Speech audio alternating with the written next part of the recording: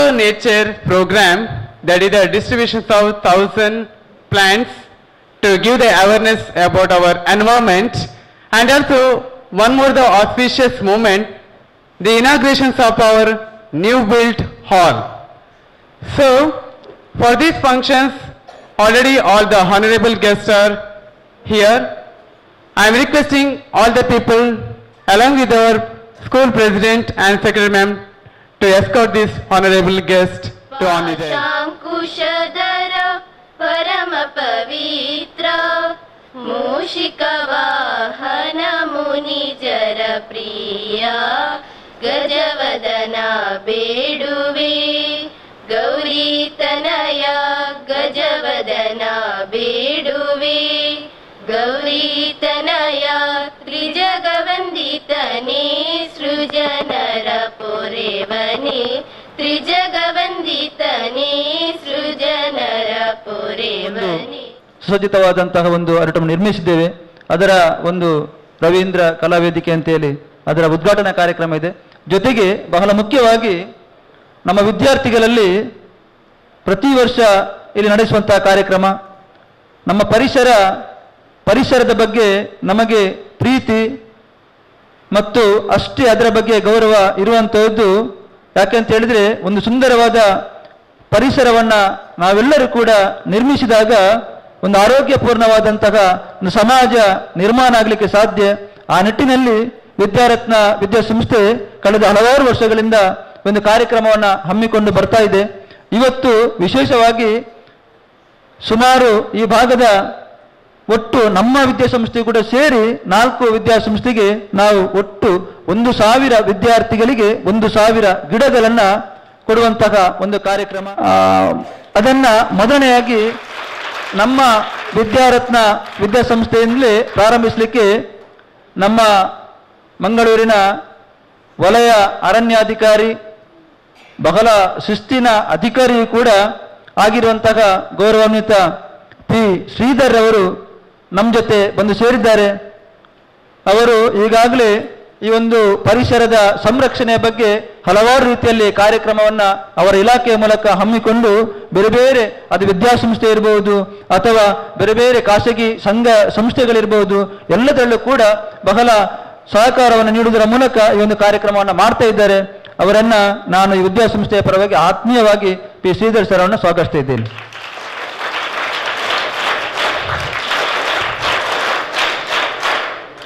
ಅದೇ ರೀತಿ ಬಹಳ ಮುಖ್ಯವಾಗಿ ಈ ವಿದ್ಯಾಸಂಸ್ಥೆ ಇರುವಂತಹದ್ದು ನನ್ನ ತಾಯಿ ರತ್ನಾವತಿಯವರ ಹೆಸರಿನಲ್ಲಿ. ತಾಯಿಯವರು ವೇದಿಕೆಯಲ್ಲಿದ್ದಾರೆ. ಪ್ರತಿಯೊಂದು ಕಾರ್ಯಕ್ರಮವೂ ಕೂಡ ನನಗೆ ಪೂರ್ತಿ ಆಶೀರ್ವಾದವನ್ನು ಕೊಡುತ್ತಾ ಈ ಒಂದು ವಿದ್ಯಾಸಂಸ್ಥೆ ಬೆಳೀಲಿಕ್ಕೆ ಅವರ ಆಶೀರ್ವಾದವೇ ಕಾರಣ ಅಂತ ಹೇಳುತ್ತಾ ಅವರನ್ನು ಕೂಡ ನಾನು ಬಹಳ ಪ್ರೀತಿಯಿಂದ ಸ್ವಾಗತಿಸ್ತಾ ಇದ್ದೇನೆ. ಅವರು ಈ ಒಂದು ವೇದಿಕೆಯನ್ನು ಕೂಡ ಉದ್ಘಾಟಿಸಲಿಕ್ಕಿದ್ದಾರೆ. ಜೊತೆಗೆ ನನ್ನ ತಂದೆಯವರಾದ ಉಳಿದೊಟ್ಟು ಕೊರಗಪ್ಪ ಶೆಟ್ಟಿ ಅವರು ನಮ್ಮ ಜೊತೆ ಇದ್ದಾರೆ. ಅವರನ್ನು ಕೂಡ ನಾನು ಆತ್ಮೀಯವಾಗಿ ಸ್ವಾಗತಿಸ್ತಾ ಇದ್ದೇನೆ. By our today's the inner wonderful presence, this wall is going to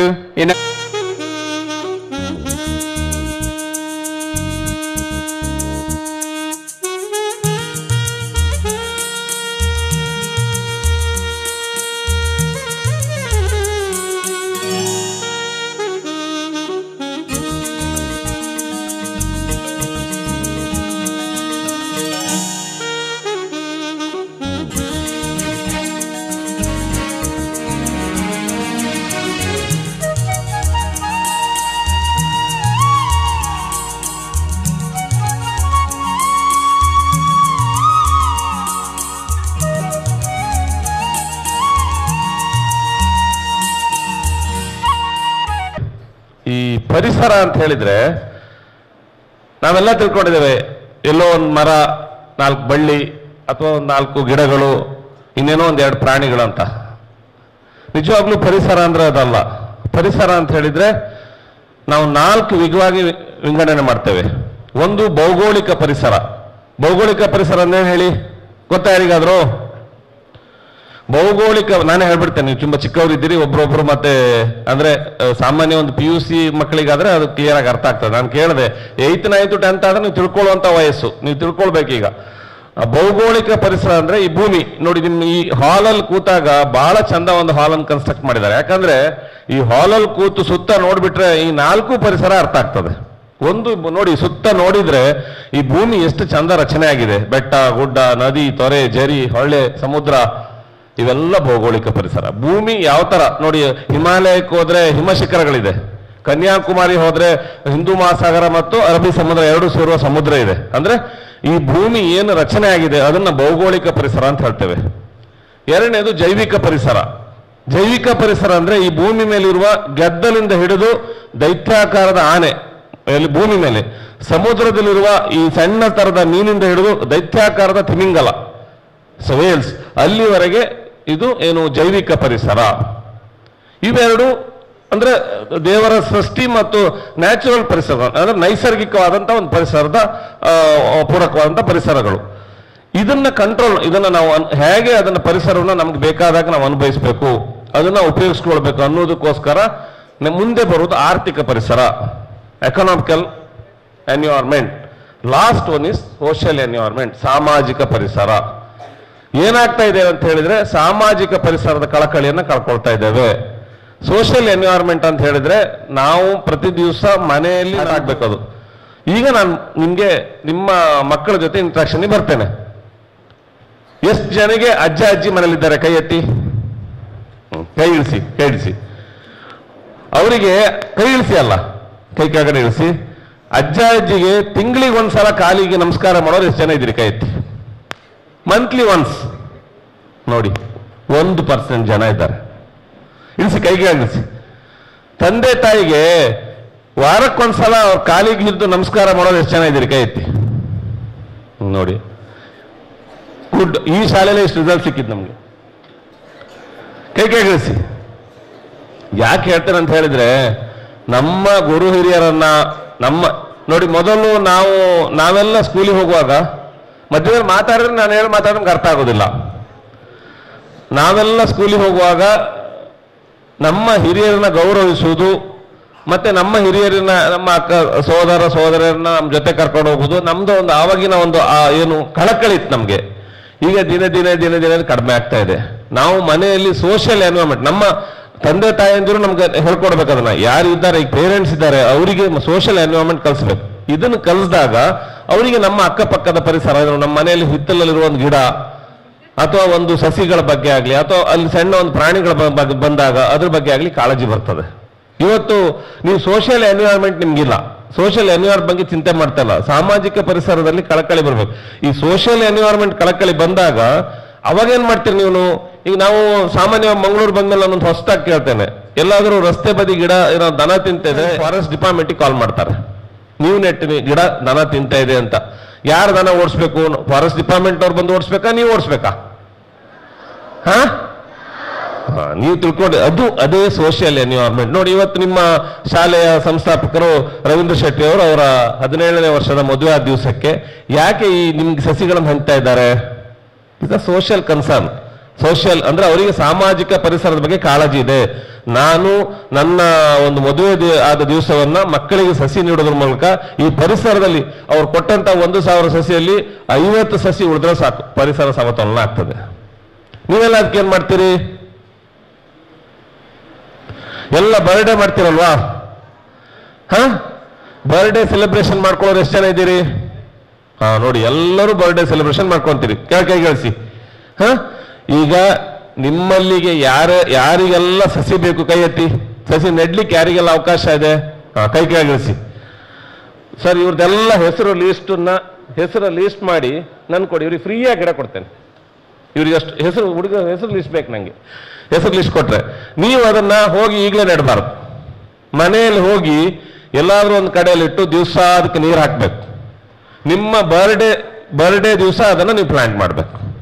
ನಿಮ್ಮ ಬರ್ಡೇ ಆಗ್ತದಲ್ಲ, ಹುಟ್ಟುಹಬ್ಬ ದಿವಸ ಬೆಳಿಗ್ಗೆ ನೀವು ಅಮ್ಮ ಅಪ್ಪನ ಕರ್ಕೊಂಡು ನನಗೆ ಈ ಸಸಿ ನೆಡ್ಲಿಕ್ಕೆ ಒಂದು ಜಾಗ ತೋರಿಸಿ. ಮನೇಲಿ ಜಾಗ ಇದ್ರೆ ಮನೇಲಿ ನಡಿ, ಮನೇಲಿ ಇಲ್ದೇ ಇದ್ರೆ ನಿಮ್ಮ ಮನೆ ಎದುರುಗಡೆ ರಸ್ತೆ ಬದಿ ನಡಿ, ಇಲ್ದೇ ಇದ್ರೆ ಸ್ಕೂಲಲ್ಲಿ ನಡಿ, ಇಲ್ಲ ಪಕ್ಕದ ಮನೆ ನಾನೊಂದು ಸಸಿ ನೆಡ್ತೇನೆ, ನನ್ನ ಬರ್ಡೇ ಇದೆ ಅಂದ್ರೆ ಯಾರು ಜಾಗ ಕೊಡ್ತಾರೆ? ಕೊಡುದಿಲ್ವಾ? ಕೊಟ್ಟೆ ಕೊಡ್ತಾರಲ್ವಾ? ನೆಡ್ತೀರಲ್ವಾ? ಹ ನೆಡುವುದಷ್ಟೇ ಅಲ್ಲ, ಅದಕ್ಕೊಂದು ನಮ್ಮ ಹಿರಿಯರನ್ನು ಮಾತಾಡ್ತಾರೆ. ಏನಂತ ಹೇಳಿದ್ರಿ? ಬೆಳೆಸಿ ಉಳಿಸಿ, ಬೆಳೆಸಿ ಉಳಿಸಿ ಬಳಸಿ ಅಂತ. ಅಂದ್ರೆ ನಾವು ಬೆಳೆಸಿದ್ರೆ ಉಳಿಸಿದ್ರೆ ಬಳಸ್ಲಿಕ್ಕೆ ನಮ್ಗೆ ಸಿಕ್ಕೇ ಸಿಗ್ತದೆ. ನಮ್ಮ ಹಿರಿಯರು ಈ ಭೂಮಿಯಲ್ಲಿ ಬೆಳೆಸಿದ್ರು ಉಳಿಸಿದ್ರು. ಇವತ್ತು ನಾವು ಹಲಸಿದ ಹಣ್ಣನ್ನು ತಿಂತಾ ಇದ್ದೇವೆ, ಮಾವಿನ ಹಣ್ಣನ್ನು ತಿಂತಾ ಇದ್ದೇವೆ. ತಿಂತಾ ಇಲ್ವಾ? ಎಲ್ಲ ನೀವೇನೋ ನೆಟ್ ಮರ ಬೆಳೆಸಿದ್ರಾ? ಮತ್ತೆ ಯಾರು ಬೆಳೆಸಿದ್ದು? ರೈತ ಅಂದ್ರೆ ಯಾರು? ನಮ್ಮ ಹಿರಿಯರಲ್ವಾ? ಅವರು ಏನು ಬೆಳೆಸಿ ಉಳಿಸಿದ್ರಿಂದ ನಮ್ಗೆ ಸಿಕ್ಕಿದೆ ಅಲ್ವಾ? ಹಾಗಾದ್ರೆ ನೀವು ಬೆಳೆಸಿ ಉಳಿಸದೇ ಇದ್ರೆ ನಿಮ್ಮ ಮಕ್ಕಳಿಗೆ ಸಿಗ್ತದ? ನಿಮ್ಮ ಮಕ್ಕಳಿಗೆ ಮಾವಿನ ಹಣ್ಣು, ಹಲಸಿನ ಹಣ್ಣು, ನೇರಳೆ ಹಣ್ಣು ಎಲ್ಲ ಬೇಕಾ ಬೇಡವಾ? ಅದಕ್ಕೇನ್ ಮಾಡ್ಬೇಕು? ನೀವು ಅಂದ್ರೆ ಸಸಿಗಳನ್ನ ಬೆಳೆಸ್ಬೇಕು, ಉಳಿಸ್ಬೇಕು. ಅದನ್ನ ನೆಡುವುದಷ್ಟೇ ಅಲ್ಲ, ಪ್ರತಿ ವಾರಕ್ಕೊಮ್ಮೆ ಆದ್ರೂ ಸಸಿಗಳನ್ನು ನೋಡ್ಬೇಕು, ಎಷ್ಟು ಬೆಳೆದಿದೆ. ನೀವು ಬೆಳೀತಾ ಇದ್ದಾಗೆ ನಾನು ಬೆಳೀತಾ ಇದ್ದಾಗ ಸಸಿಗಳು ಬೆಳೀತಾ ಇದೆಯಾ? ಸಸಿಗಳಿಗೂ ಜೀವ ಇದೆ, ಗೊತ್ತಿದೆ ಅಲ್ವಾ? ದಿವಸ ಹೋಗಿ ನೀವು 2 ಗಿಡ ನೆಡಿಬೇಕಾದ್ರೆ, ಒಂದು ಗಿಡನ ತುಂಬಾ ಜಾಗ ಇರೋರು, ಒಂದು ಗಿಡಕ್ಕೆ ದಿವಸ ಹೋಗಿ ಮಾತಾಡಿ, ಇನ್ನೊಂದು ಗಿಡಕ್ಕೆ 1 ತಿಂಗಳಿಗೊಮ್ಮೆ ಮಾತಾಡಿ. ಆ 2 ಗಿಡದಲ್ಲಿ ಡಿಫರೆನ್ಸ್ ಗೊತ್ತಾಗ್ತದೆ, ಯಾವ ಗಿಡ ಹೆಚ್ಚು ಬೆಳೀತದೆ, ಯಾವ ಗಿಡ ಹೆಚ್ಚು ಬೆಳೆಯುವುದಿಲ್ಲ ಅಂತ ನೋಡಿಬೇಕಾದ್ರೆ. ಯಾರಾದ್ರೂ ಎಕ್ಸಾಂಪಲ್ ಮಾಡಿ ನೋಡಿ. ನೀವು ದಿವಸ ಮಾತಾಡೋ ಗಿಡ ನಿಮ್ಮಷ್ಟೇ ಬೆಳೆದಿರ್ತದೆ, ನೀವು ತಿಂಗಳಿಗೊಮ್ಮೆ ಮಾತಾಡೋ ಗಿಡ ನಿಮ್ಮಿಂದ 2 ಇಂಚ್ ಕಡಿಮೆ ಬೆಳೆದಿರ್ತದೆ. ಇದು ಅಂದ್ರೆ ಸಸಿಗಳಿಗೆ ಜೀವ ಇದೆ ಅಂತ ಚೆಕ್ ಮಾಡ್ಲಿಕ್ಕೆ ಇಷ್ಟೇ ಎಕ್ಸಾಂಪಲ್ ಸಾಕು, ಬೇರೆ ಏನು ಬೇಕಾಗಿಲ್ಲ. ಮಾಡ್ತೀರಲ್ವಾ? ಆಮೇಲೆ ಈಗ ಆರ್ಥಿಕ ಪರಿಸರ ಅಂತ. ಈ ನೀವು ಬರ್ಡೇ ಮಾಡ್ಲಿಕ್ಕೆ ನಿಮ್ ತಂದೆ ತಾಯಿ ಎಲ್ಲ ದುಡ್ಡು ಕೊಡ್ತಾರ? ನಿಮ್ಗೆ ಪಾಕೆಟ್ ಮನಿ ಕೊಡ್ತಾರಲ್ವಾ? ಊರಲ್ಲಿ ಜಾತ್ರೆ ಬಂದ್ರೆ ಪಾಕೆಟ್ ಮನಿ ಕೊಡ್ತಾರಲ್ವಾ? ಏನ್ ಮಾಡ್ತೀರಿ? ಇಲ್ಲ, ಚಾಕ್ಲೇಟ್ ತಗೊಳ್ಳೋದು, ಚಾಕ್ಲೇಟ್ ತಿಂದು ಆ ಕಿಟಕಿಯಲ್ಲಿ ಹೊರಗಡೆ ಬಿಸಾಡೋದು ಜರಿಯನ್ನ ಅಲ್ವಾ? ಇಲ್ಲ, ಇದುವರೆಗೆ ಅದೇ ಮಾಡ್ತೀರಿ ನೀವು. ಸ್ವಲ್ಪ ಜನ ಮಾಡಿರ್ಲಿಕ್ಕಿಲ್ಲ. ಆ ಪಾಕೆಟ್ ಮನಿಯಲ್ಲಿ 1 ರೂಪಾಯಿಯನ್ನ 1 ಗಿಡ ತೆಗಿಲಿಕ್ಕಂತ ಪ್ರತಿ ಪಾಕೆಟ್ ಮನಿಯಲ್ಲಿ ತೆಗೆದಿಡ್ಬೇಕು. ಮಾಡ್ತೀರಾ? ಯಾರೇ ನಿಮ್ ತಂದೆ ತಾಯಿ ಯಾರೇ ನಿಮ್ಗೆ ಪಾಕೆಟ್ ಮನಿ ಕೊಟ್ಟಾಗ 1 ರೂಪಾಯಿ, ಇದು ನಾನು ಬರುವ ವರ್ಷಕ್ಕೆ 1 ಗಿಡ ತೆಗಿಲಿಕ್ಕಂತ. ಹಾಗೆ 1 ರೂಪಾಯಿ ಸೇರಿಸಿ 10 ರೂಪಾಯಿ ಆಗುವಾಗ 10 ರೂಪೀಸಿಗೆ ನಿಮ್ಗೆ ನೀವು ದೇರ್ಲಕಟ್ಟೆ ಪೇಟೆ ಸಹ ಗುಲಾಬಿ ಗಿಡ ಸಿಗ್ತದೆ. ನಾನು ಹೇಳೋದು ಫಾರೆಸ್ಟ್ ಗಿಡನೇ ನೆಡ್ಬೇಕಂತ ಹೇಳಿಲ್ಲ. ಇಲ್ಲ ಅಂತ ಹೇಳಿದ್ರೆ ನೀವು ಶಾಲೆಯಲ್ಲಿ ಹೆಸರು ಕೊಟ್ಟು ಲೀಸ್ ಕೊಟ್ಟರು ನೋಡಿ, ಸರ್ಕಾರದ ಮಗುವಿಗೊಂದು ಸಸಿ ಶಾಲೆಗೊಂದು ವನ ಅಂತ ಸ್ಕೀಮ್ ಇದೆ. ಇಡೀ ಸರ್ಕಾರ ಯಾವುದೇ ದೊಡ್ಡ ದೊಡ್ಡ ವ್ಯಕ್ತಿಗಳಿಗೆ ಫ್ರೀಯಾಗಿ ಗಿಡ ಕೊಡೋದಿಲ್ಲ, ಶಾಲೆ ಮಕ್ಕಳಿಗೆ ಮಾತ್ರ ಫ್ರೀ ಗಿಡ ಕೊಡ್ತಾ ಇದೆ. ನಿಮ್ಗೆ ನೋಡಿ ಆ ಸಾಗುವಾನಿ ಗಿಡಕ್ಕೆ 1 ರೂಪಾಯಿ. ನೀವು ಅದು 1 ರೂಪಾಯಿನ ಇಲ್ಲಿ ನಿಮ್ ಟೀಚರ್ ಹತ್ರ ಕೊಟ್ಟು, ಟೀಚರ್ ಇಷ್ಟು ಜನ ಇದ್ದೇವೆ, ನಾವು ಆ ಗಿಡ ನೆಡ್ತೇವೆ, ನಮ್ಗೊಂದು ಗಿಡ ಬೇಕಂತ ಕೇಳಿದ್ರೆ ತರ್ಸ್ಕೊಡ್ತಾರೆ. ನೀವು 10 ರೂಪಾಯಲ್ಲಿ ಅದನ್ನ 10 ರೂಪಾಯಿಗೆ ಅದಕ್ಕೆ ಗೊಬ್ಬರನೋ ಏನೋ ಬೇಕು ಪರ್ಚೇಸ್ ಮಾಡಿ 1 ಗಿಡ ನೆಡ್ಬೇಕು. ಇಲ್ಲದೆ ನೀವೆಲ್ಲ ಸೇರಿ ಎಲ್ಲ ಸಂಸ್ಥೆಯಲ್ಲಿ ನೆಡ್ಬೋದು, ಎಲ್ಲಿ ಬೇಕಾದ್ರೆ ನೆಡ್ಬೋದು. ಅಂದ್ರೆ ಆ ಭಾವನೆ ಬೆಳಿಬೇಕು. ಇವತ್ತು ನೀವು ನಿಮ್ಮ ಶಾಲಾ ದಿನಗಳಲ್ಲಿ ನಮ್ಗೆ ಸಿಗುವ ಪಾಕೆಟ್ ಮನಿಯಲ್ಲಿ ನಾನೊಂದು ಪರಿಸರಕ್ಕಾಗಿ 1 ಗಿಡಕ್ಕಾಗಿ 10 ರೂಪಾಯಿ ಖರ್ಚು ಮಾಡ್ತಾ ಅಂತ ಬಂದ್ರೆ, ಮುಂದೆ ನೀವು ಏನಾಗ್ಬೋದು? ಮುಂದೆ ನೀವು ಟೀಚರ್ ಆಗ್ಬೋದು, ಅಥವಾ ರಾಜಕಾರಣಿ ಆಗ್ಬೋದು, ಇಲ್ಲ ಪೊಲೀಸ್ ಆಫೀಸರ್ ಆಗ್ಬೋದು, ಫಾರೆಸ್ಟ್ ಆಫೀಸರ್ ಆಗ್ಬೋದು, DC ಆಗ್ಬೋದು. ಆವಾಗ ನಿಮ್ಗೆ ಪರಿಸರದ ಬಗ್ಗೆ ಕಾಳಜಿ ಬರ್ತಾ ಹೋಗ್ತದೆ. ಅದಕ್ಕೋಸ್ಕರ ಹೇಳ್ತಾರೆ ಆರ್ಥಿಕ ಪರಿಸರ. ನಾವು ನಮ್ಮ ದೈನಂದಿನ ಚಟುವಟಿಕೆಯಲ್ಲಿ ನಮಗೆ ಸಿಗುವ ವ್ಯವಹಾರದಲ್ಲಿ ನಾವು ಇಷ್ಟನ್ನ ಈ ಪರಿಸರಕ್ಕೋಸ್ಕರ. ಈಗ ನಿಮ್ಮ ಸಂಸ್ಥೆ ಅಧ್ಯಕ್ಷ ಯಾಕೆ ಇವತ್ತು ಕಾರ್ಯಕ್ರಮ ಮಾಡಿದ್ರು? ಅವ್ರಿಗೆ ಕಾರ್ಯಕ್ರಮ ಮಾಡೋಕೆ ಖರ್ಚಿಲ್ವಾ? ಸಸಿಗಳಿಗೆ ದುಡ್ಡು ಕೊಟ್ಟು ತಂದಿದ್ದಾರೆ ಅವರು. ಯಾಕೆ ಮಾಡ್ತಾ ಇದ್ದಾರೆ ಅಂದ್ರೆ, ನನ್ನ ಈ ಶಾಲೆಯ ಒಂದು ಇದರಲ್ಲಿ ನನ್ನ ಮಕ್ಕಳಿಗೆ ಅವೇರ್ನೆಸ್ ಕೊಡ್ಬೇಕು, ಮತ್ತು ಇದರಲ್ಲಿ ನಾನು ಇಷ್ಟು ಹಣವನ್ನು ಈ ಪರಿಸರಕ್ಕೋಸ್ಕರ ಖರ್ಚು ಮಾಡಬೇಕು ಅಂತ ಪ್ರತಿ ವರ್ಷ ಮಾಡ್ತಾರೆ ಅವರು. ಲಾಸ್ಟ್ 2 ಇಯರ್ಸ್ ಇಂದು ಗಿಡ ತಂದ ನಮ್ಗೆ ಗೊತ್ತಿದ್ದವು. ಫೋನ್ ಮಾಡಿ ಲಾಸ್ಟ್ ಇಯರ್ 1000 ಗಿಡನೂ ತಂದಿದ್ದಾರೆ. ಯಾಕೆ ಮಾಡ್ತಾ ಇದ್ದಾರೆ? ಇದು ಕಾಳಜಿ. ಇದನ್ನ ಆರ್ಥಿಕ ಪರಿಸರ ಅಂತಾರೆ. ನೆಕ್ಸ್ಟ್ ಜೈವಿಕ ಪರಿಸರ. ಜೈವಿಕ ಪರಿಸರ ಅಂತ ಹೇಳಿ ಎಷ್ಟು ಜನರ ಮನೆ ಟಿವಿ ಇದೆ? ಕೈ ಕೆಗಳಿಸಿ. ಈ ಟಿವಿಯಲ್ಲಿ ಹಾವು, ಹುಲಿ, ಚಿರತೆ ಬಂದ್ರೆ ಬಹಳ ಖುಷಿ ಆಗ್ತದಲ್ಲ? ಅದೇ ಮನೆ ಹತ್ರ ಸಣ್ಣ ಹಾವು ಬಂದ್ರೆ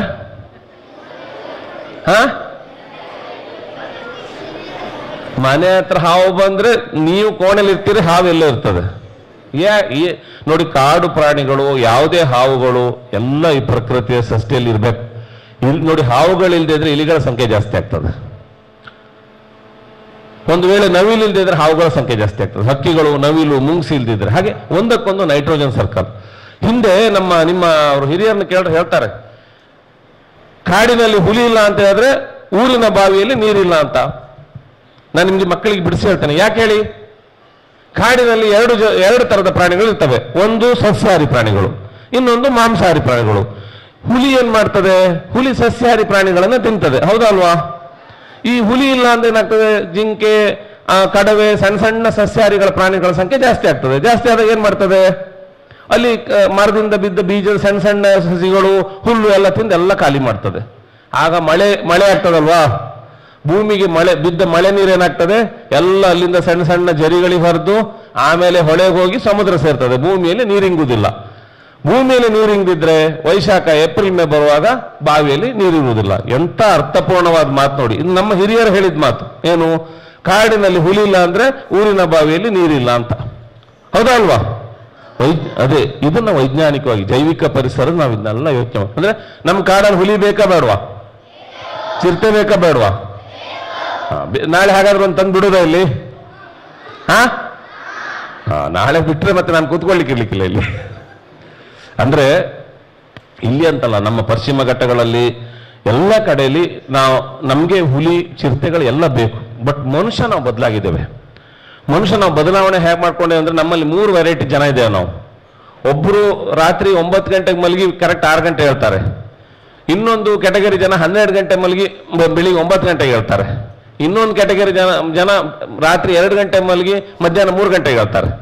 ಈ 3 ಕೆಟಗರಿ ಜನರಿಂದಾಗಿ ಈ ರಸ್ತೆಯಲ್ಲಿ ಹುಲಿ, ಚಿರತೆಗಳಿಗೆ ಓಡಾಡ್ಲಿಕ್ಕೆ ಟೈಮ್ ಇಲ್ಲಾಗಿದೆ.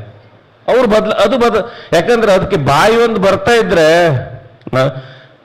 ಅವ್ರದ್ದು ಕೋಟ ಇದೆಯಲ್ಲ, ಈಗ ನಮ್ಗೆ ಮಹಿಳೆಯರಿಗೆ ಇಷ್ಟು ಕೋಟ, ಆಮೇಲೆ ಹೈದರಾಬಾದ್ ಕರ್ನಾಟಕ ಇಷ್ಟು ಕೋಟ, ಆಮೇಲೆ ನಮ್ಮ ರಿಸರ್ವೇಶನ್ ಇಷ್ಟು ಕೋಟ ಅಂತೆಲ್ಲ ನಾವು ಮಾಡ್ಕೊಂಡಿದ್ದೇವಲ್ಲ.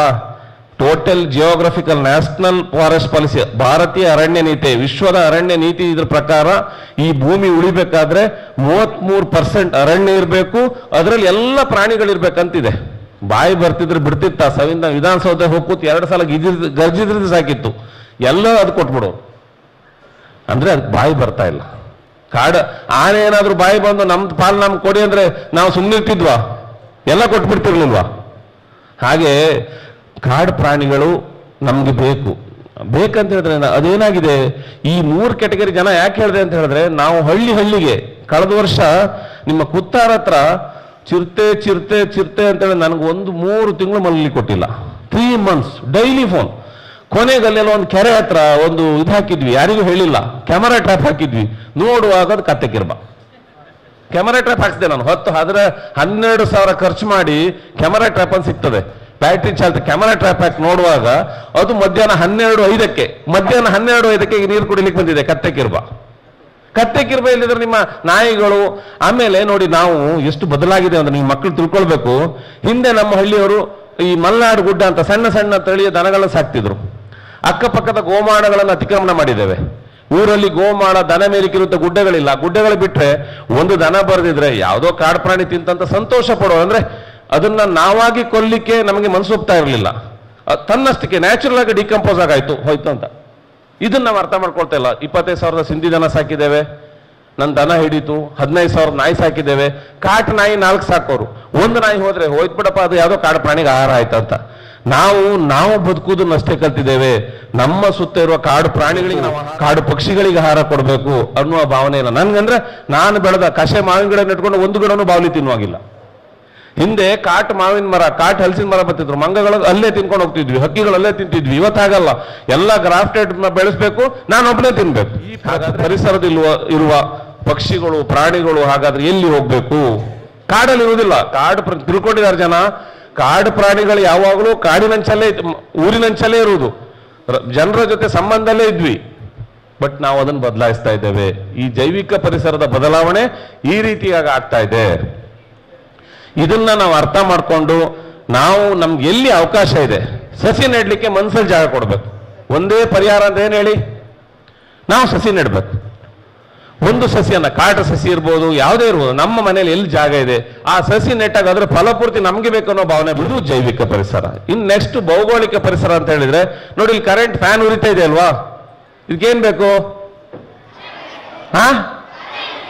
ಕರೆಂಟ್ ಹೇಗೆ ಉತ್ಪತ್ತಿ ಆಗ್ತದೆ? ನೀರಲ್ಲಿ ಸೀದಾ ಉತ್ಪತ್ತಿ ಆಗ್ತದ? ಉತ್ಪತ್ತಿ ಆಗ್ಬೇಕಾದ್ರೆ ಲಿಂಗನಮಕ್ಕಿ ಗೊತ್ತಾ, ಅಣೆಕಟ್ಟು ಗೊತ್ತಾ, KRS ಗೊತ್ತಾ? ಅಲ್ಲಿ ಸಾವಿರಾರು ಎಕರೆ ಅರಣ್ಯ ಭೂಮಿಯನ್ನ ಯಾವುದು ಫಾರೆಸ್ಟ್ ಲ್ಯಾಂಡ್ ಪ್ರೈವೇಟ್ ಲ್ಯಾಂಡ್ ಮುಳುಗಿಸಿ ಅಣೆಕಟ್ಟು ಕಟ್ಟಿದ್ದಾರೆ. ಅಣೆಕಟ್ಟು ಕಟ್ಬಿಟ್ಟು ಕರೆಂಟ್ ಉತ್ಪತ್ತಿ ಮಾಡಿ ಇಲ್ಲಿಗೆ ನಿಮ್ಗೆ ತಲುಪಿಸ್ಬೇಕಾದ್ರೆ ಎಷ್ಟು ಲೈನ್ ಎಳಿಲಿಕ್ಕೆ ಎಷ್ಟು ಮರ ಗಿಡ ಕಡಿದಿದೆ ಗೊತ್ತುಂಟಾ? ಇದೇ ತರ ನೋಡಿ ಮಂಗಳೂರು ಮೊದಲು ಹೇಗಿತ್ತು, ಅಥವಾ ನಿಮ್ ದೇರ್ಲಕಟ್ಟೆಯಲ್ಲಿ ನೋಡಿ ಅಕ್ಕಪಕ್ಕ ನೋಡಿದ್ರೆ ಎಷ್ಟು ಗುಡ್ಡಗಳು ಮರ ಗಿಡಗಳು ಖಾಲಿ ಆಗ್ತಾ ಇದೆ. ಹಾಗಾದ್ರೆ ಅಭಿವೃದ್ಧಿ ಬೇಡವಾ? 135 ಕೋಟಿ ಜನಸಂಖ್ಯೆ ಇರುವ ದೇಶದಲ್ಲಿ ನಮ್ಗೆ ಅಭಿವೃದ್ಧಿ ಬೇಡವಾ? ಬೇಕು. ಆದ್ರೆ ನಾವು ಭೌಗೋಳಿಕ ಪರಿಸರವನ್ನ ನಮ್ಮ ಅಭಿವೃದ್ಧಿಗೋಸ್ಕರ ಹಾಳು ಮಾಡ್ತಾ ಇದ್ದೇವೆ, ಕಂಪ್ಲೀಟ್ ಕನ್ವರ್ಟ್ ಮಾಡಿದ್ದೇವೆ.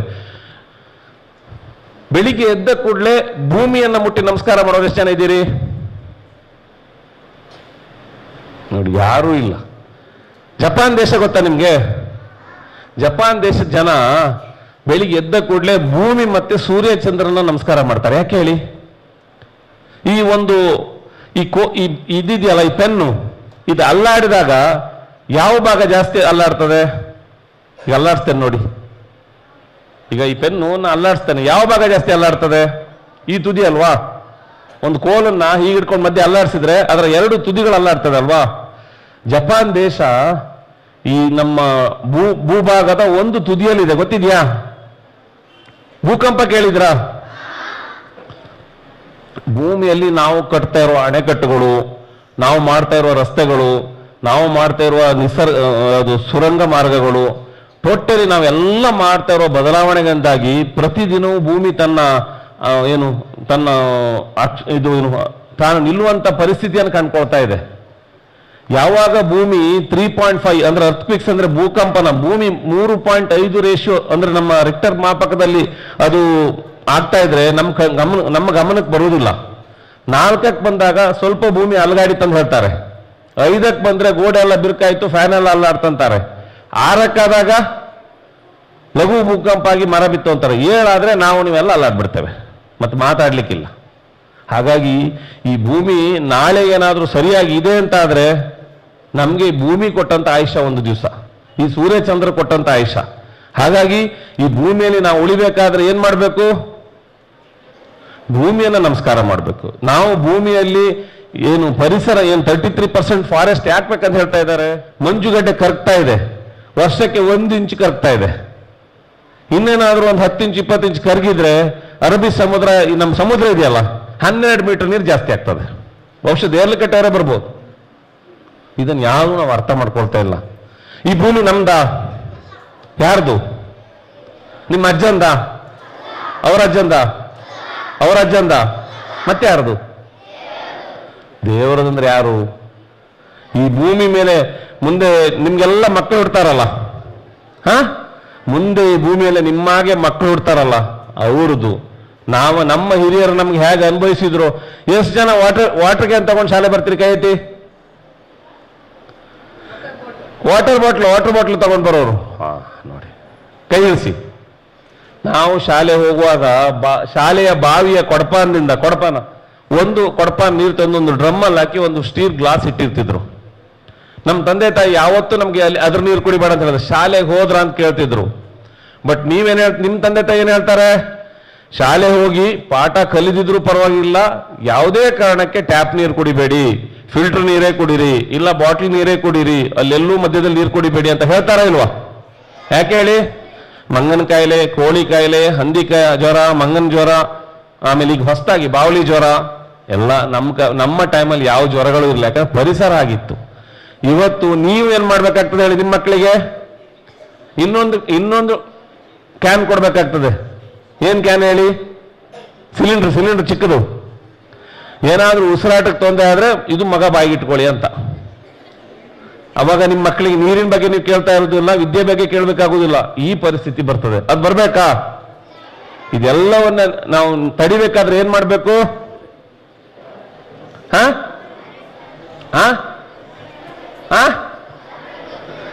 ಸಸಿ ನೆಡಬೇಕು. ಪ್ರಕೃತಿಯಲ್ಲಿ 33% ಅಷ್ಟು ಸಸಿ ಮರಗಳು ಉಳಿಬೇಕು. ಸಸಿ ಮರಗಳು ಉಳಿದಾಗ ಮಾತ್ರ ಈ ಪ್ರಕೃತಿ ಉಳಿಯಕ್ಕೆ ಸಾಧ್ಯ. ಯಾವ್ದಾದ್ರು ಸಣ್ಣ ಕಾಡು ಪ್ರಾಣಿ ಹಾವುಗಳು ಬಂದ್ರೆ ಹೊಡಿಬೇಡಿ, ಬಿಟ್ಬಿಡಿ, ಎಲ್ಲ ನಿಮ್ಮ ಪರಿಸರದ ಬರ್ಕೊಂಡಿರ್ತದೆ, ತನ್ನಾಗೆ ಏನು ಮಾಡುದಿಲ್ಲ. ಅದು ನಾವು ಮಾಡ್ಬೇಕು. ಸಸಿ ನೆಡ್ಲಿಕ್ಕೆ ಭೂಮಿಯಲ್ಲಿ ಜಾಗ ನೋಡಬಾರ್ದು. ನಮ್ಮ ಮನಸ್ಸಲ್ಲಿ ಈ ಒಂದು ಸಸಿ ಬದುಕಿದ್ರೆ ನಾನು ಬದುಕ್ತೇನೋ ಅನ್ನೋಂಥ ಭಾವನೆ ಬರಬೇಕು. ಅದು ಬಂದಾಗ ಮಾತ್ರ ಸಾಧ್ಯ ಇದೆ, ಇಲ್ಲಿದ್ರೆ ಸಾಧ್ಯನೇ ಇಲ್ಲ. ಸಾಧ್ಯ ಇದೆಯಾ? ಈಗ ಪ್ರಪಂಚದಲ್ಲಿ ಏನ್ ನಡೀತಾ ಇದೆ ಸ್ಪೋರ್ಟ್ಸ್ ಅಲ್ಲಿ? ಕಬಡ್ಡಿ ಅಲ್ಲ, ಫಿಫಾ ವರ್ಲ್ಡ್ ಕಪ್ ನಡೀತಾ ಇದೆ ಫುಟ್ಬಾಲ್, ಗೊತ್ತಿಲ್ವಾ? ಗೊತ್ತಿದೆ ಅಲ್ವಾ? ಲಾಸ್ಟ್ ಒಂದು ಜೋಕ್ ಹೇಳ್ಬಿಟ್ಟು ನಾನು ಮಾತು ಮುಗಿಸ್ತೇನೆ. ಹೀಗೆ ವರ್ಲ್ಡ್ ಫುಟ್ಬಾಲ್ ನಡೀತಾ ಇದೆ ಅಲ್ವಾ? ನಿಮಗೆ ದೇವರಕಟ್ಟೆಯಲ್ಲಿ 2 ಹಳ್ಳಿ ಶಾಲೆ ಹುಡುಗರು ಫುಟ್ಬಾಲ್ ಮ್ಯಾಚ್ ಮಾಡೋದು ಅಂತ ತೀರ್ಮಾನ ಮಾಡಿದ್ರು. ಒಂದು ಶಾಲೆಗೆ ಒಂದು ಶಾಲೆ ಆಯ್ತು, 2 ಟೀಮ್ ರೆಡಿ ಆಯ್ತು.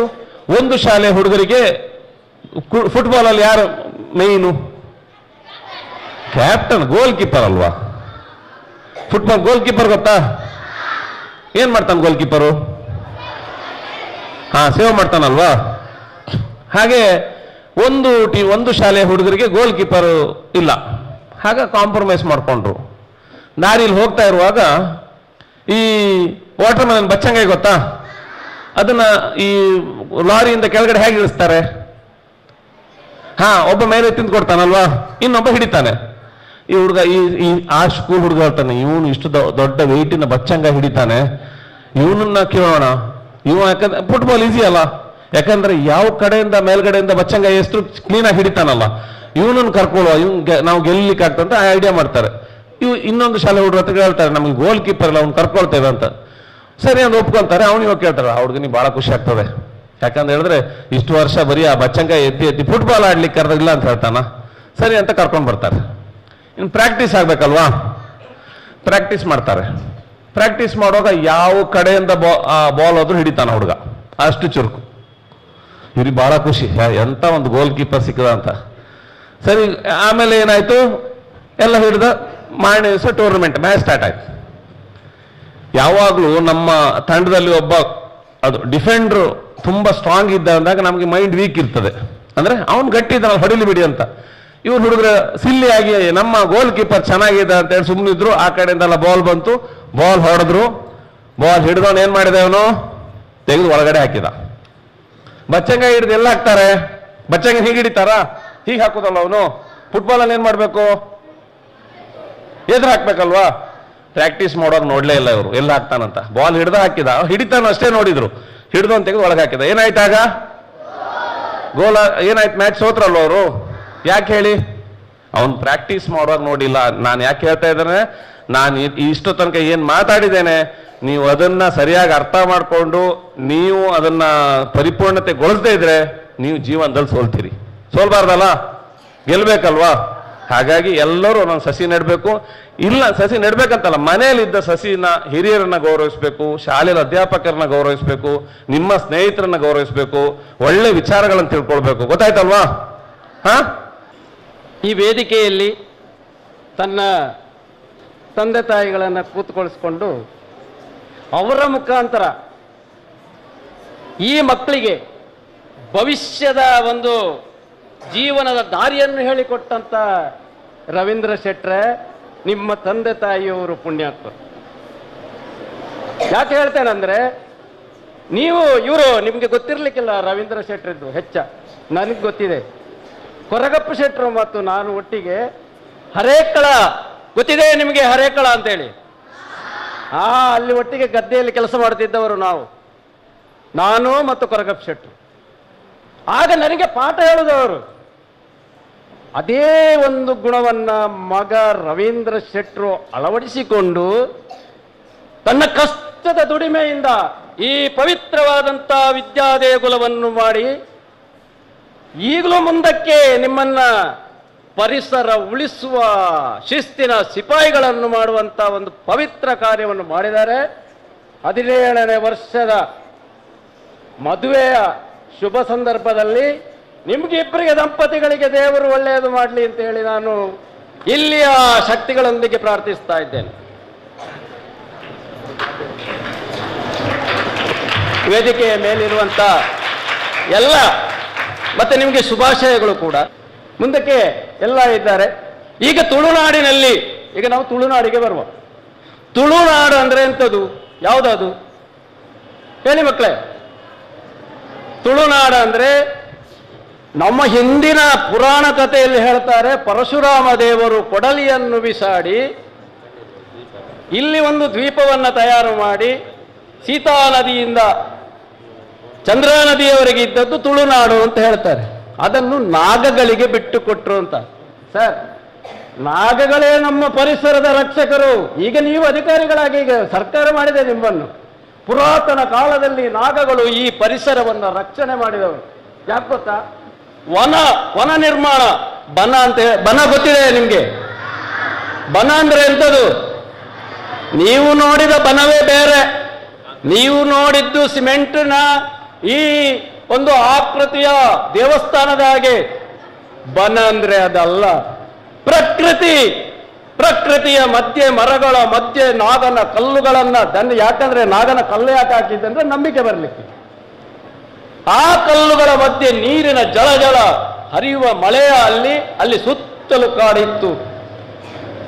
ಭಯ ಭಕ್ತಿಗಳು ಹುಟ್ಟುತ್ತಿದ್ದವು. ಕಾಲಕ್ರಮೇಣ ಈಗ ದುರಂತ ಆಯಿತು. ಅಲ್ಲಿ ಸಿಮೆಂಟಿನ ಗೋಪುರಗಳು ಅದು.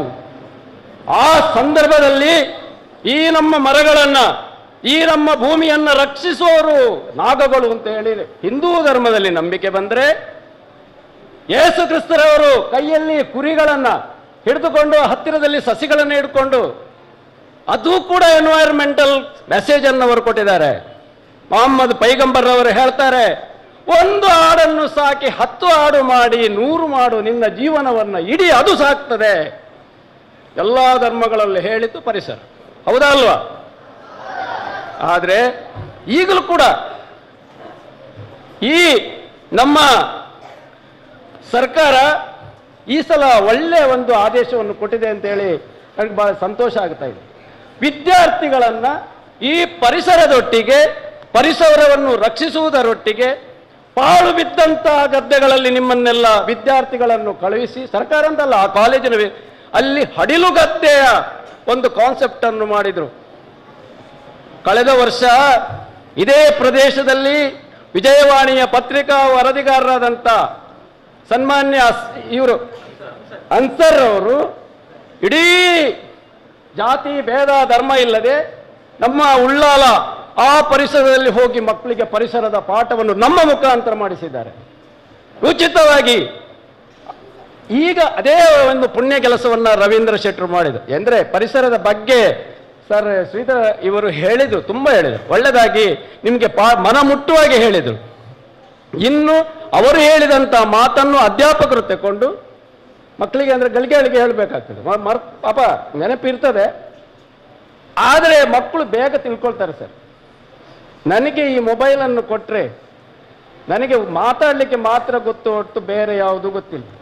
ಈಗ ಒಂದು ಹುಡುಗರ ಹತ್ರ ಕೊಡಿ ಸರ್, ಇಡೀ ಅಮೆರಿಕದ ಕೊನೆಯಲ್ಲಿ ಮಾತಾಡ್ತಾರೆ ಅವರು. ಬೇಕಾದ್ರೆ ಮೋದಿ ಅವರೊಡನೆ ಮತ್ತೆ ಇವರು ಅಮೆರಿಕದ ಅಧ್ಯಕ್ಷರು ಇರಲಿ, ಎಲ್ಲಿ ಇರಲಿ ಮಾತಾಡುವಂತ ವಿದ್ಯೆ ಚಾಕಚಕ್ಯತೆ ಅವರಲ್ಲಿದೆ. ಆದ್ದರಿಂದ ಈ ಪರಿಸರವನ್ನು ಉಳಿಸುವ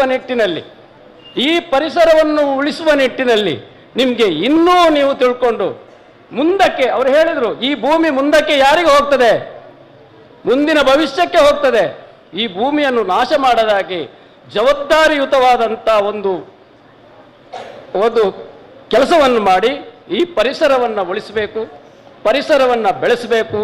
ಈ ನಮ್ಮ ತುಳುನಾಡನ್ನ ಹಾಗೆ ನಾಗಗಳು ಕಾಯ್ತಾ ಇದ್ದವ ಹಾಗೆ ಮುಂದಕ್ಕೆ ನಿಮ್ಮ ಜನಾಂಗದಿಂದ, ನಿಮ್ಮ ಮಕ್ಕಳಿಂದ ಅಥವಾ ಮುಂದಕ್ಕೆ ಭವಿಷ್ಯದಿಂದ ಆಗಬೇಕು ಅಂತ ಹೇಳಿ ಹಾರೈಸ್ತಾ ಈ ಕಾರ್ಯಕ್ರಮವನ್ನು ಸಂಯೋಜಿಸಿದಂಥ ರವೀಂದ್ರ ಶೆಟ್ಟರನ್ನ ಮತ್ತೆ ಅವರ ಧರ್ಮಪತ್ನಿಯನ್ನ, ಅವರ ತಂದೆ ತಾಯಿಗಳನ್ನ ಅಭಿನಂದಿಸಿ ನನಗೆ ಅವಕಾಶ ಕೊಟ್ಟದಕ್ಕಾಗಿ ನಾನು ನಿಮ್ಮನ್ನ ಅಭಿನಂದಿಸ್ತೇನೆ.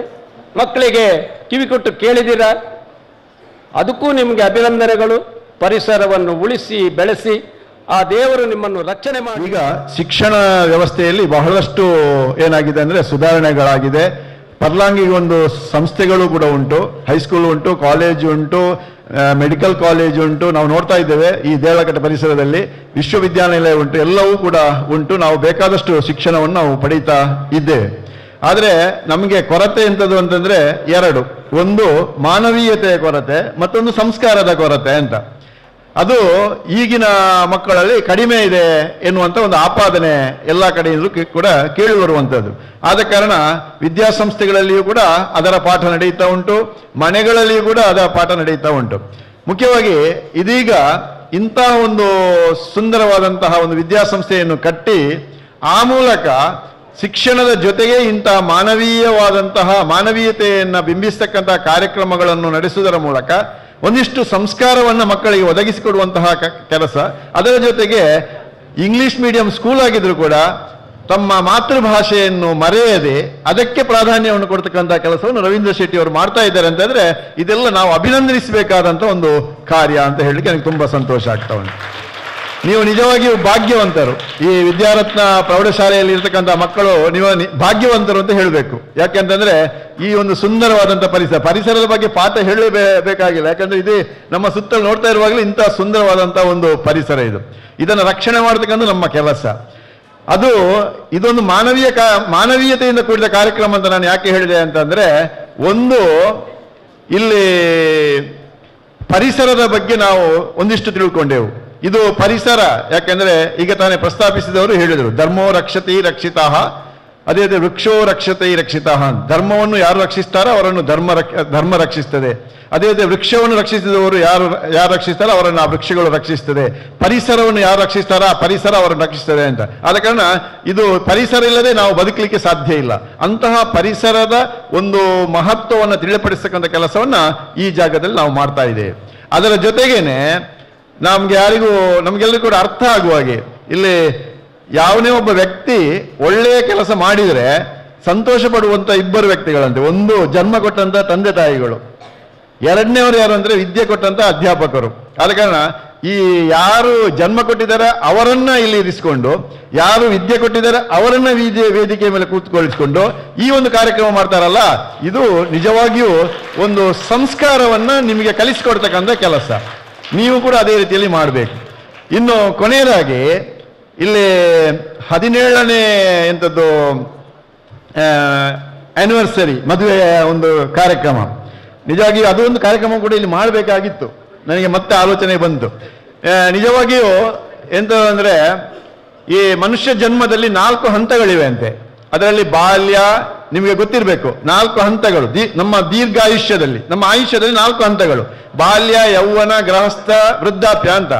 ಈ ಬಾಲ್ಯ ಉಂಟಲ್ಲ, ಬಾಲ್ಯ ಮತ್ತು ಯೌವನ ಅದು ನಮಗೆ ಗೊತ್ತಿಲ್ಲದೇಗೆ ಹೋಗ್ತದೆ.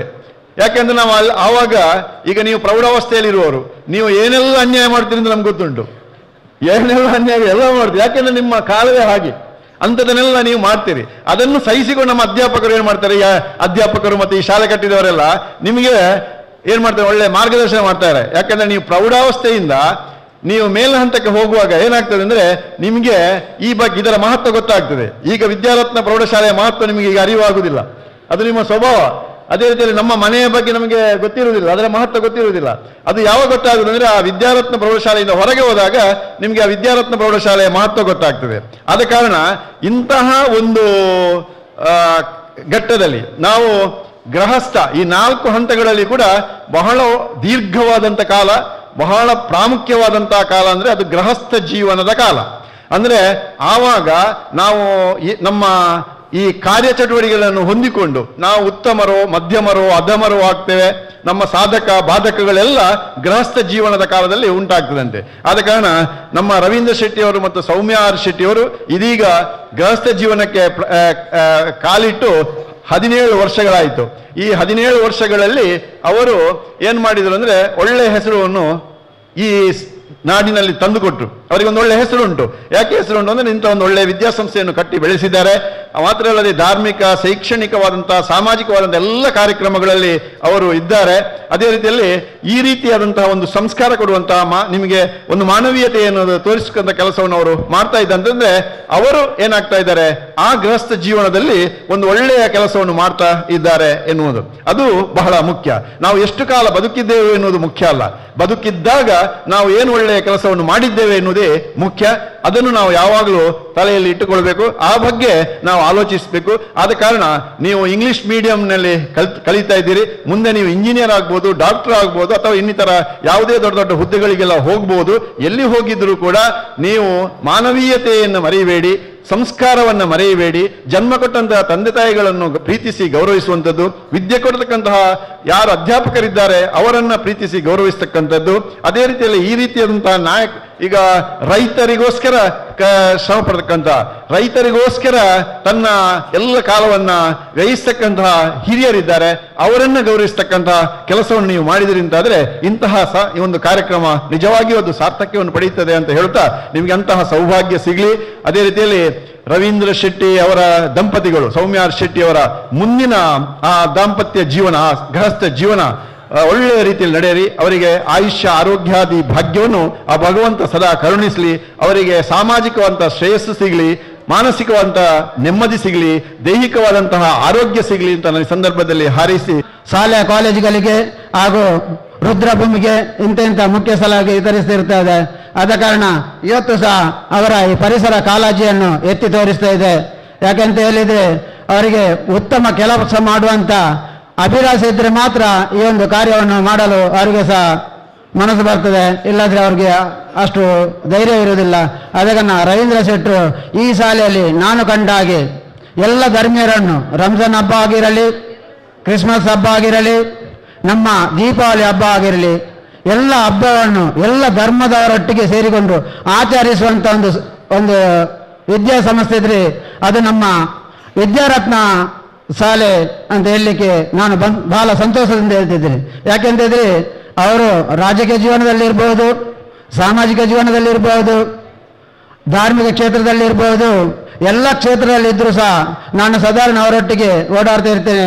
ಅವರು ಎಲ್ಲರನ್ನು ಭಾರಿ ಪ್ರೀತಿ ಪೂರ್ವಕ ಅಭಿಮಾನದಿಂದ ಅವರು ಗೌರವಿಸ್ತಾರೆ.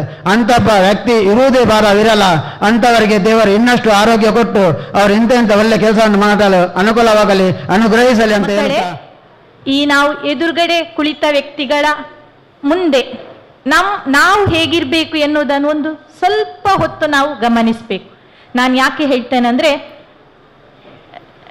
ಈ ವೇದಿಕೆಯಲ್ಲಿರುವ ಗಣ್ಯರು ಅಥವಾ ಅತಿಥಿಗಳು ನಮ್ಮ ಶಾಲೆಯ ಬಗ್ಗೆ ಒಳ್ಳೆಯ ಭರವಸೆಯನ್ನಿಟ್ಟುಕೊಂಡಿರ್ತಾರೆ. ಅದನ್ನು ನಾವು ಉಳಿಸ್ಕೊಳ್ಬೇಕು. ನಾವಂದ್ರೆ ಮಕ್ಕಳು ಸರ್ ಹೇಳಿದ್ರು, ತಪ್ಪು ಮಾಡ್ತೇವೆ, ಅನ್ಯಾಯ ಮಾಡ್ತೇವೆ, ಪ್ರತಿ ಮಾತು ನಿಮ್ಗೆ ಅರ್ಥ ಆಗ್ಲೇಬೇಕು. ಮಕ್ಕಳಿಗೆ ಕನ್ನಡ ಅರ್ಥ ಆಗ್ತದೆ, ಆ ಮಾತನ್ನು ಪ್ರತಿಯೊಬ್ಬರು ಕೇಳಬೇಕು, ಅಳವಡಿಸ್ಬೇಕು. ಮಕ್ಕಳೇ ನಮ್ಮ ಜೀವನದಲ್ಲಿ ಅಳವಡಿಸ್ಬೇಕು. ನಾನು ನಿಮ್ಮಲ್ಲಿ ಅದೇ ಮಾತು ಹೇಳುದು. ಯಾಕಂದ್ರೆ ಎಲ್ಲಿ ಹೋದ್ರು ನಾನು ತುಂಬಾ ಪ್ರೀತಿಸುವುದಂದ್ರೆ ನನ್ನ ಮಕ್ಕಳನ್ನು. ಶಾಲಾ ಮಗು ಅಂದ್ರೆ ನನ್ನ ಮಗು ಅಂತ ಯೋಚಿಸಿಕೊಂಡೇ ನಾನು ಶಿಕ್ಷಣ ನೀಡಿದವಳು.